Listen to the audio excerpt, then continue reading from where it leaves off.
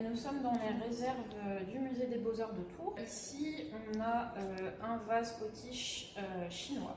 On a très peu d'informations sur cette œuvre au niveau de la datation, c'est pas toujours évident.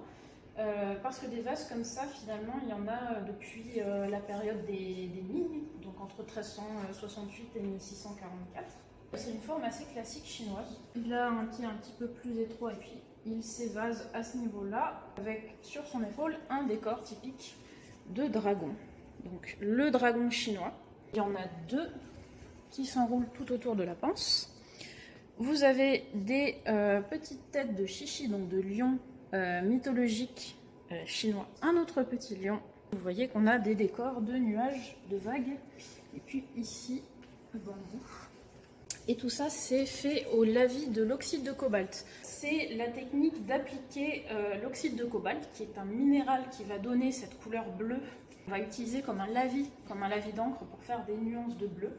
Et on va faire ça sous couverte. Le potier va d'abord dessiner sur l'argile encore poreuse son lavis de bleu de cobalt. Et une fois que ça a séché, on va plonger le vase dans un bain de couverte transparent pour lui donner une brillance et une étanchéité. Et ensuite, on va passer ça au four. La technique du bleu et blanc, elle vient de Perse.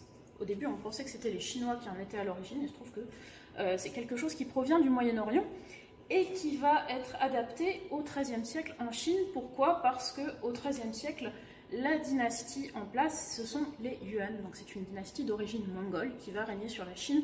Et forcément, ça va faciliter les relations avec le Moyen-Orient. Et on va continuer à avoir des bleus et blancs jusqu'à aujourd'hui. Au niveau du décor, on a quelque chose de tout à fait typique. Le dragon qui émerge des mers. Ici, vous avez des vagues. Au moment du printemps, pour s'élever dans les cieux et apporter les pluies bénéfiques du début du printemps. Vous voyez que nos deux dragons, d'ailleurs, ils poursuivent une perle enflammée. Occidental est assez différent du dragon chinois. Le dragon chinois, c'est une créature qui est associée à l'eau, au tonnerre, à la fertilité, au printemps. Et on pensait que ces créatures hibernaient sous les mers et émergeaient au moment du printemps, justement, pour apporter le tonnerre, pour apporter la pluie. Donc ce sont des créatures étroitement associées à la fertilité. Autre détail important quand on analyse un dragon sur les porcelaines chinoises, vous voyez qu'il a 4 griffes. Pourquoi est-ce que c'est important?